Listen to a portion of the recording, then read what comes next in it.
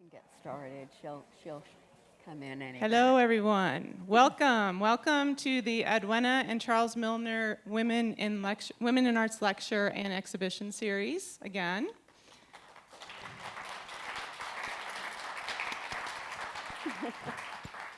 We're really happy that you're all here, and I'm really excited about our artist here. She's really great, but before I introduce her, I want to say a big thank you to all my gallery assistants, because they made all this possible. Couldn't have done it without them. That would be Charlie, Kat, Ashley, and Kate. So please give them a round of applause. Oh, here comes Mary Ann. And I'd also like to thank everyone else who randomly pitched in when we needed you. We so appreciated your help. And so, for many decades as an artist, activist, and community organizer, she has used sculpture as a vehicle not only to celebrate diversity, but to censor inequities. October is Breast Cancer Awareness Month, and we are honored to have Shirley Klinghoffer's exhibition, CRT Revisited, a personal project that she began in the 1990s, which touches on conformal radiation therapy cancer treatment, CRT, in the larger context of the strength and vulnerability of the human experience. Her art is included in New Mexico Museum of Art Permanent Collection and New Mexico Arts Permanent Collection. She was also nominated for the New Mexico Governor's Award of Excellence in 2010. I'd like to introduce Shirley Klinghoffer. Thank you.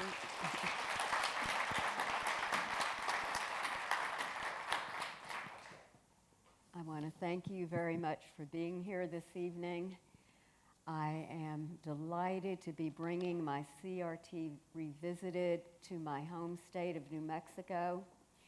And this is because of an award that was given to me in March of 2020, exactly 2 days before or after the World Health Organization announced the global pandemic. So we're here, and this, of course, was an award supported by the Edwina and Charlie Milner Women in the Arts. It was called the Women in the Arts Exhibition Lecture Series Award, and the university had a competition to give this to an artist. Here I am. And my dear friend Phyllis Kennedy, who worked with me, at the time that she called me, she was with the New Mexico Arts.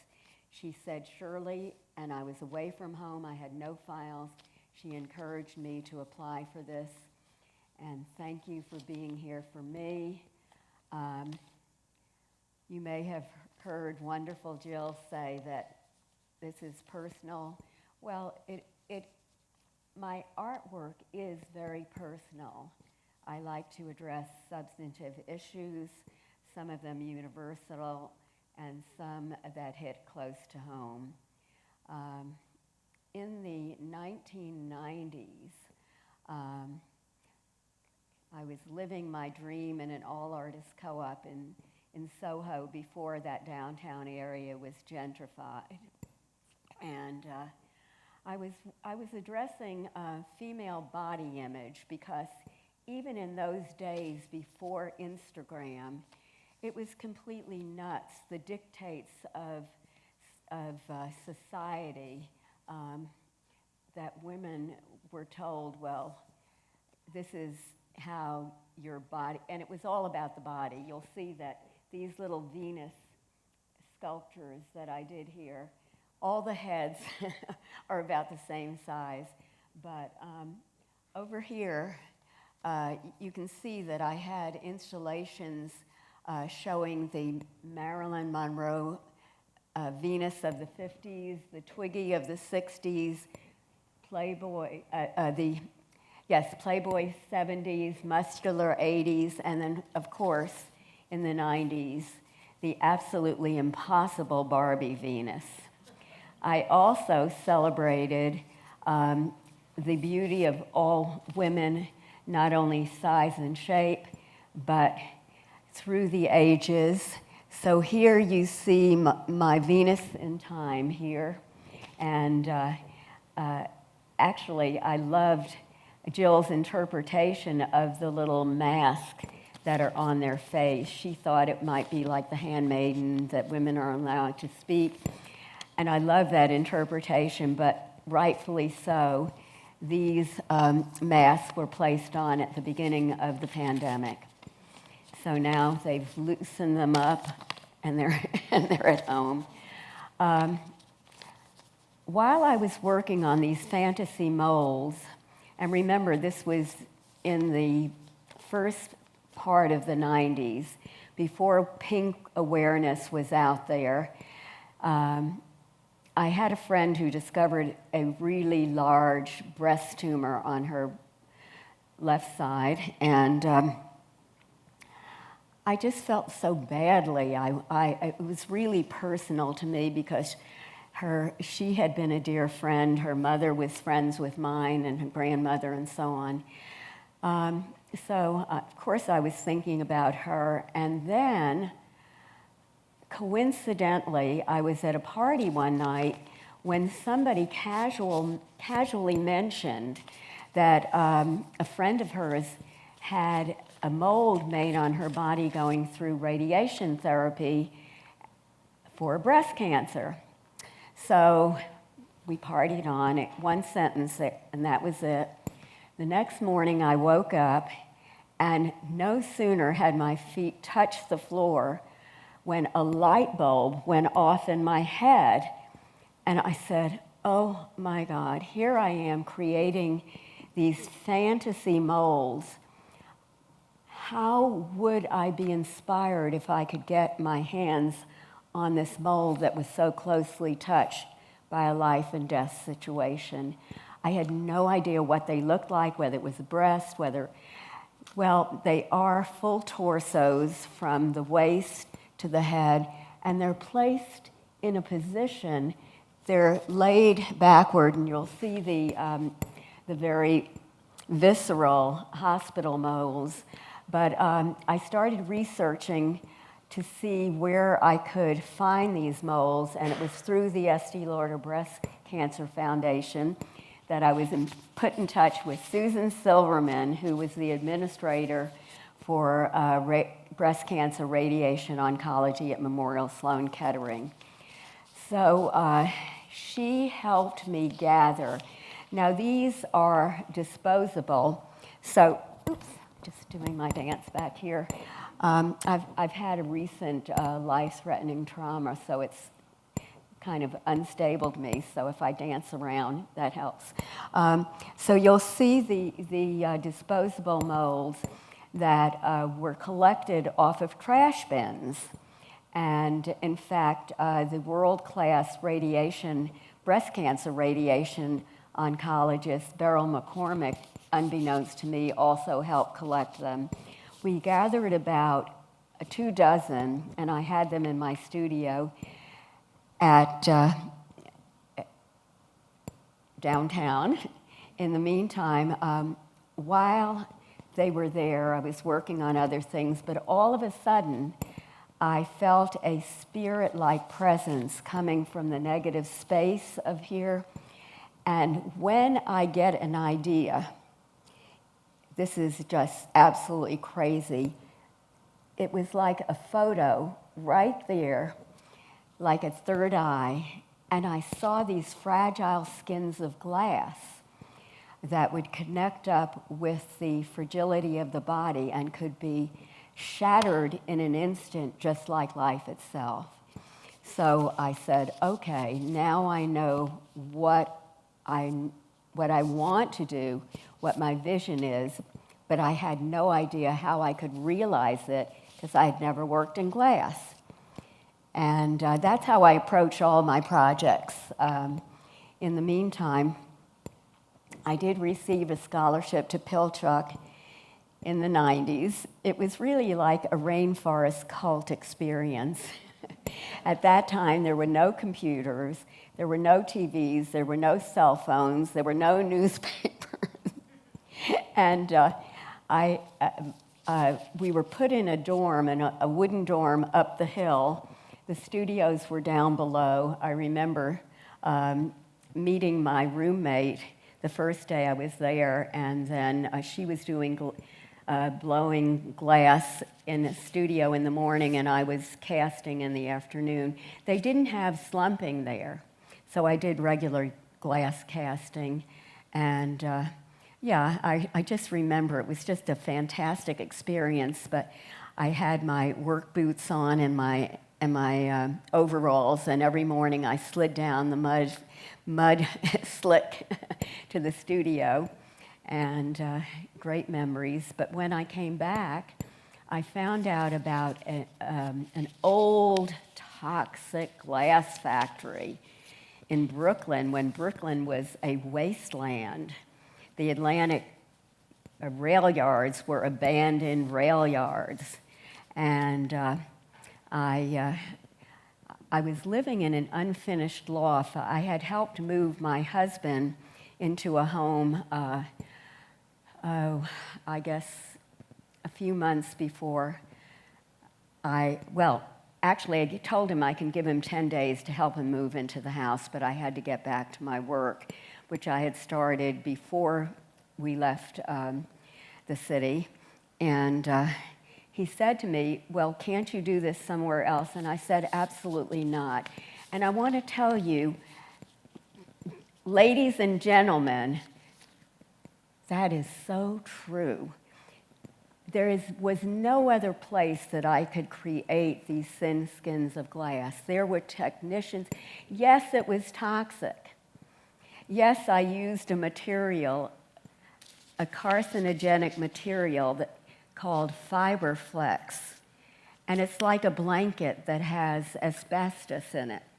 So, being that I was much older than everybody else there, well, maybe a few of the tech seniors, I actually did wear protection on my face, and I must have looked really weird because I ran around in what looked like a hazmat suit. But the Fiberflex were the way that I could create these molds for the slumping process. And what helped me create the molds were that there was a liquid that I could pour into the blanket and make it really malleable. And so, by the way, at this time I was in an unfinished loft in Hell's Kitchen when it really was Hell's Kitchen, and I used to take the Q train, express train, from Herald Square to this wasteland in Brooklyn, and I would get to the urban glass, and I would then. And I'd be carrying my mold, by the way, and I also carried back the fragile pieces on subway, Q train. Anyhow, I would get there and I would then take out my Fiberflex, make it malleable, and I would push into every single crevice of my molds here, because every one is individual, every one is unique. So I wanted to try to bring the essence out of each woman that was going through this experience. And then after I was finished with that, we would have to let this mold harden and cure overnight. So the next day, I would come in, and when the mold was ready for me, I would then cut, picture 1/8 inch of plate glass. I would then cut it in some facsimile of the form of the mold there. And we would take it over to a vastly hot kiln to reduce the glass to its molten form. When the technicians there were brilliant. They taught me how to look into a red-hot oven with special glasses, special gloves, so that even though there's very little you can control in slumping, I could still look in and make sure that it came down far enough before it became a blob of molten glass. And when I felt it was ready, I would then say, okay, let's stop. And now we get to the really tricky business, because in the annealing process, and again, could I have done this anywhere else at that time, or maybe even now, the technicians were geniuses at programming the cooling down process, the annealing. And if you make one single mistake with that annealing process, especially with this glass, it would be shattered. So the technicians, I did not program it. I give them full credit. They programmed it, and then I would come the next morning, and everybody would be standing there with bated breath to see. I did 18 of these. In the Jewish religion, 18 is a chai to life. So I did 18 upper torsos, and there was also one random mold that the hospital gave me, which is lower torso, which I then also did that one, and you'll see it at the gallery, because there is that association between those that have the gene, the specific gene that predisposes them for breast cancer, also predisposes them for ovarian. So you're going to see all of these very fragile glass pieces. I decided to lay them down, and by the way, I spoke to women going through treatment. You will see my voices now. When I've shown, going back, I'm sorry. Hold it, Shirley. So I showed CRT in New York City in 1999. In 2006, art imitated life. I was diagnosed with breast cancer. So now we called it CRT Revisited, because I was able to revisit it from a new perspective. And it was interesting that the voices that I collected, which, by the way, are not really voices that speak to you, I showed it initially in an old slide projector. And I found out from the women going through radiation therapy that when I had it on an automatic advance carousel, it makes a noise at intervals that goes click, click, click, click, click, click, click, click, click, click. And they said, remarkably, that is the sound it makes when you go through radiation as they change the coordinates.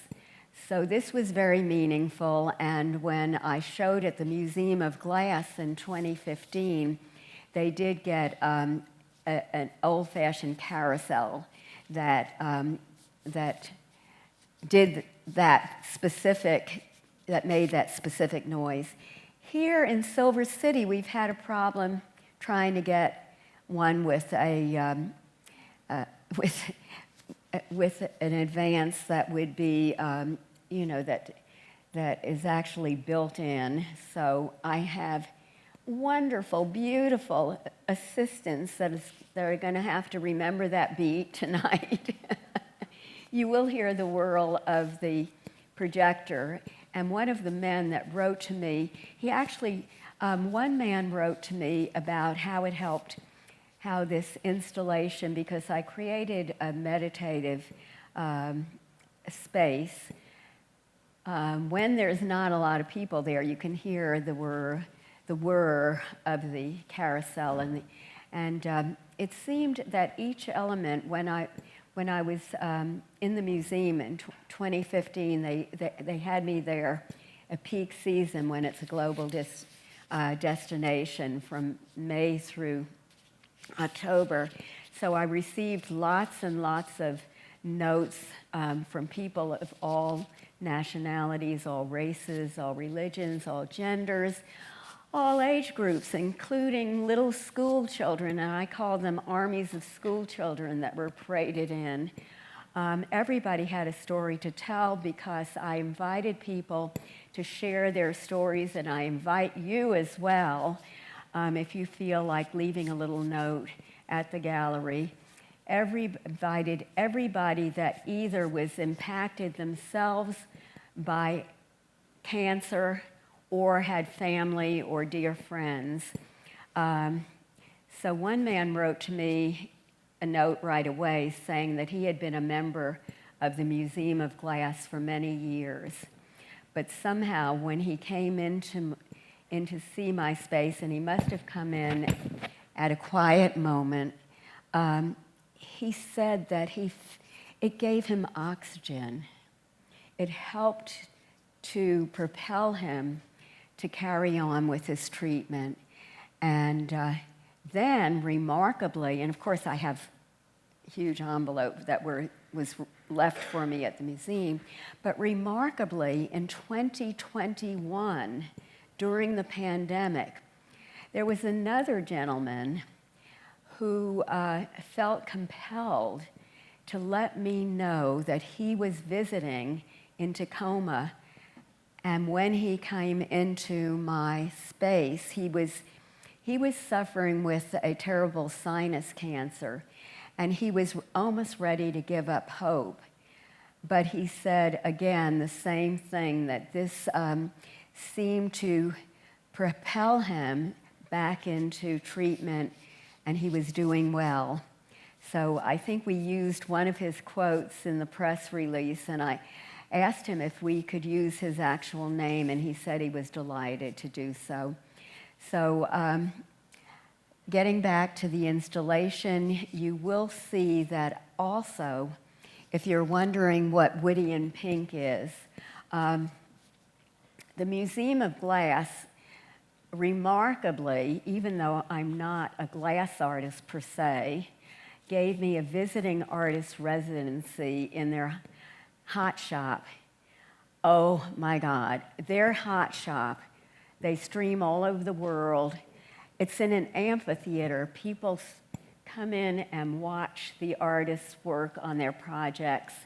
And you'll see also, I'm not going to put the sound on, they made a Meet the Artists video, but I just want you to be able to come in and walk around, and I'll give you lots of time to ask questions. What is Woody in Pink? Well, in '06, I had just completed my first pink sculpture, and I received a phone call from the doctor in Albuquerque saying, well, I'm sorry to say it is breast cancer. So, okay.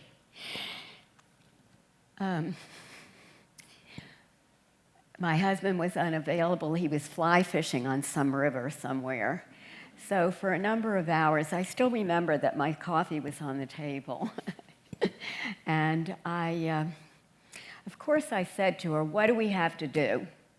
Because the beauty of knowing what it is like, all right, what do we have to do? So you're following, you know you're doing something positive for yourself.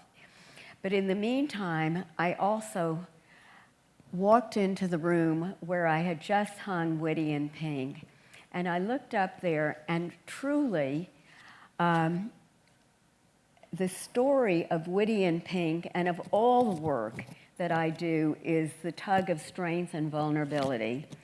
So the strong bronze core over there is surrounded by this vintage tool, and the strong core is meant to give you strength to find your core when you are met with vulnerability and fragility, which the tool represented.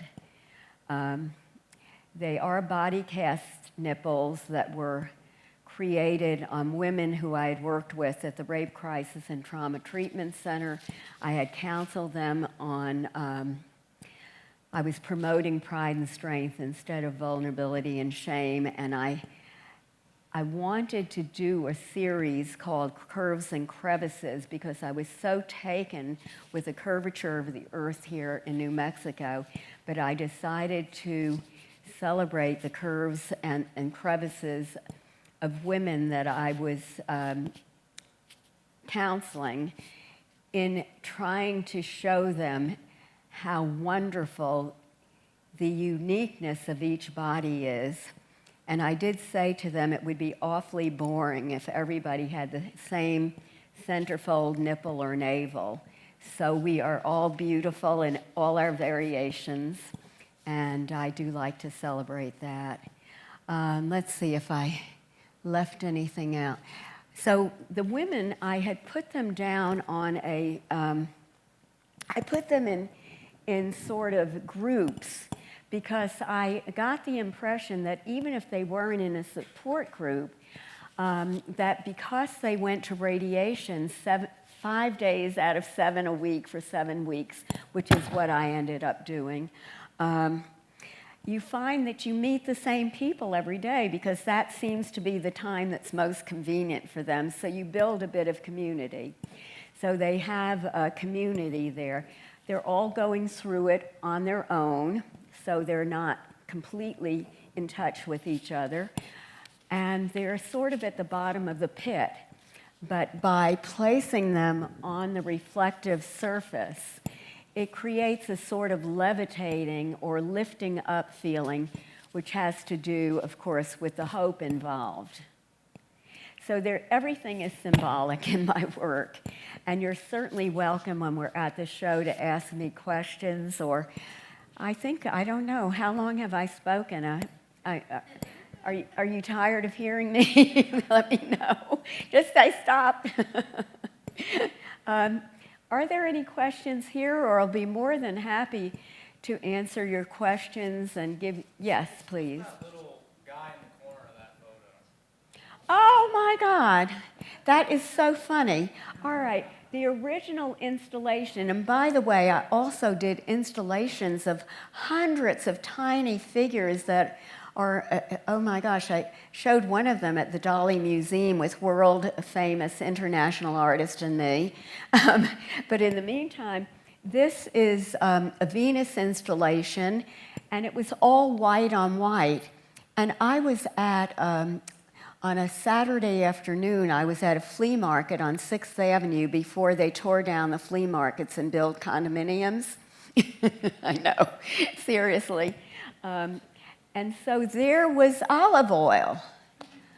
Oh my God. I mean, all these Venuses, they're beautiful, but look who has the power. and what I think what inspired me was that she has that little hairdo, you know, sort of up there. So I saw her across a crowded flea market, and I said, oh my God, we need to put her, and I knew exactly where I wanted her. So she still is there today, standing very proud and strong. Thank you for asking. Yes? What's the material you're using here for the Venuses? For what? The Venuses. Oh, the Venuses, good question. It's cast, it's stone dust and resin. And yeah, I created so many different molds. And yeah, I have to tell you, honestly, back in the day, we didn't even realize the toxicity, I can't say it, how toxic just about every material an artist uses. If it's not, I mean, resins, please. Anyhow, yeah, it's the fumes, the dust, the turpentine, those that did etching like I did. So, and they always, when I was in art school, they always put us in the oldest buildings with no ventilation. I am pretty ancient. Okay, I'm going to admit to you, even though it says 1944 is my birth, I managed to celebrate my 80th birthday this August. So, woo! And yes, I think we're going to, I'm going to walk with Jill down here, and we'll take you for a personal tour. I will, and Jill, and I just have to tell you, I just want to make some thank you acknowledgments, and then we'll go. So that's why the sheet of paper. I don't want to miss anybody. So, a great, great, supreme gratitude to Jill Winburn and her husband, Ed Brandt. Two of the most wonderful, generous, kind spirits, and she really has worked. When I met her, I also saw that this is a person that will give 100+%, and so she does. Thank you, Jill. I have all your names written down. My beautiful and wonderful gallery assistants, Charlie Alexander, Ashley Burrows, Kat Love, and Kate Fisty. Is that? Okay. I also want to thank my dear friend Phyllis Kennedy, who encouraged me to submit the application, and it was, at that time, it was, let's see, oh, I have it written down, Who was Faye McCalmont. Faye McCalmont was the Cultural Affairs, and she was the one that called me in March of 2020 to say, you received this award. And so I want to give her a note of gratitude. And who else did I want to say? Oh, I also, I got to meet the new Cultural Affairs Director, Alexander Tager. Is that Tager? Alex, wonderful. And let's see. I want to thank my dear friend, Deborah Balt, for making the trip down. I just had her final board meeting. She was the executive director for the Santa Fe Community College Foundation. And so she's a remarkable leader, just as all my friends that came down, Phyllis and also Marianne Reuter, who is very, very special and dear, and she is a leader as well. So I thank you all for being here. Most important is that we gravitate toward kind and generous spirits, and I thank you for being here because I know that's who you are. Thank you. Okay. Thank you, everyone, for being here tonight. Thank you, Shirley. It was wonderful. We will meet you up at Francis McCray Gallery. The opening reception starts at 7. You can take your time getting up there. There's no rush. We'll be open at 7. So if you have any more questions, Shirley will be there to answer them for you. Thank you again.